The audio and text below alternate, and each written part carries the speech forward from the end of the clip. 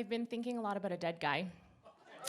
Lazarus, the one that's miraculously raised from the dead. Yeah, it's this amazing story in John chapter 11. Two sisters, Mary and Martha. The brother, Lazarus, gets really sick, and it doesn't look good, so someone goes to get Jesus, right?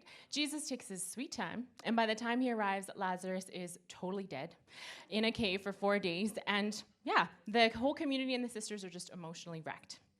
So the healing, of course, is next, but what I hadn't really noticed before was that Jesus doesn't actually perform this miracle all by himself. Instead, he purposely recruits ordinary people in Mary and Martha's community to help him. And that's what I think God wants us in this house, this family of believers at Connect, to really get this in deep. That God is responsible for healing, but he commands us to get involved in the process.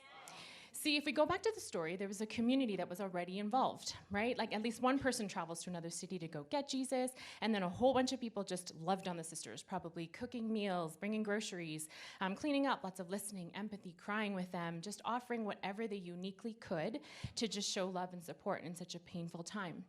And then fast forward to when Jesus finally arrives at the sealed tomb. He doesn't fly solo and just blow it up with heavenly explosives.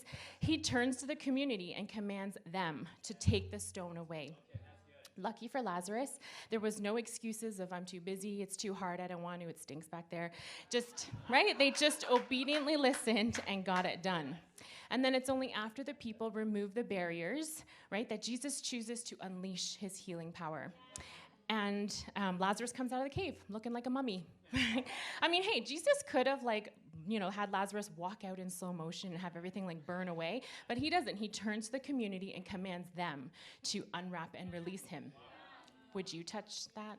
I don't know. And they probably do. They obediently get their hands dirty, and then they throw probably the biggest party ever to celebrate that Lazarus was now fully alive and fully free. So, what if we at Connect are supposed to get close enough to each other to know the barriers and help each other get rid of them so God can do some healing? Or what if healing has happened, but we're still tied up because we're not helping each other unwrap or live in true freedom? Or what celebrations are we missing out on because we don't really know each other and what's going on in each other's lives to even know to throw a party? That's so sad, right? We don't want that, right? So we really need each other, and there's no shame in that. I mean, I know we often say, I'm fine, things are good, but like Lazarus, we all have these death, dying, broken parts of us that are heavy and hard to talk about and hard to carry. And God wants to heal all the things, but he often chooses to do this within community. It's his design. So it's not by accident that we are all here in this house together. We have a unique mix of strengths, abilities, life experiences, and resources. And for sure, we all have stories and testimonies of how God is real, how he loves us, and he shows up for us because he really does love us. I really think that God has already provided much of what we need in each other here at Connect. But in order to unlock them, we have to make time and space for each other. Oh, I understand how awkward and vulnerable it is to reach out and accept invitations, but we can't afford to stay in our COVID bubbles anymore. It's just, even going 1 degree out of our core people or comfort zones, it's going to help us be a deeply more connected community. And that's going to be essential for the health and the future growth of our church. So let's not just wait for an invitation. Let's all ask God who we can connect or reconnect with. If it's too scary, team up with someone. It really doesn't have to be fancy or Instagrammable. Just meet at your favorite spot or check at a new restaurant or offer to help with something, run an errand together, a coffee, a walk, a bonfire, literally anything to just hang out and get to know each other. And maybe ask some intentional questions like, tell me a bit of your story. How did you come to know God? What is God teaching you or showing you these days? What are some of your dreams, disappointments, and doubts? How can I pray for you? Or just follow up on something that was shared previously, because I know it all means so much to us when we do. So can we all commit to take a next step, a small step to connect? Yes, right? Okay.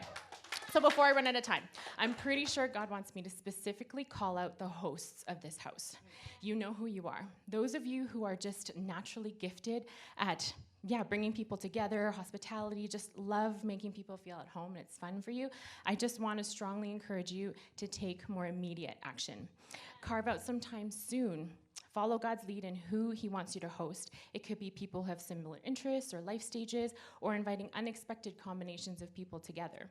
Hope you'll step up and accept this challenge. So to wrap up, let's be obedient to God's commands and work with him to bring us closer together, and hopefully soon we'll get to celebrate our own stories of miraculous healings and see all the dead things come back to life. All for his glory. Let's do this thing.